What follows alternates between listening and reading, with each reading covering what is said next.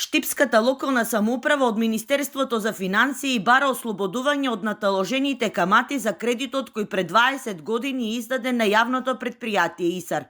Со донесување на ваква одлука, градот ќе се развива, а не како што е случајот сега да биде општина задолжена и условена од страна на Министерството за финансии, порача штипскиот градоначалник. Во минатото, со одлука на влада, многу општини и локални самоуправи беа ослободени од плаќање на овие камати, од плаќање на зголемени и заостанати долгови кои што ги имале само со една одлука на влада. По овој основ само лани општината плати над 1 милион евра. Исто толку пари во општинскиот буџет се планирани и за оваа година.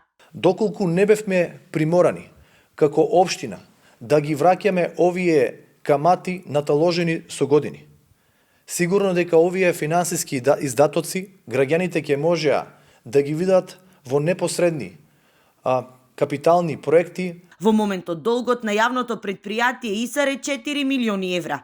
Поради нередовно сервисирање на кредитот, каматата е зголемена за 220%.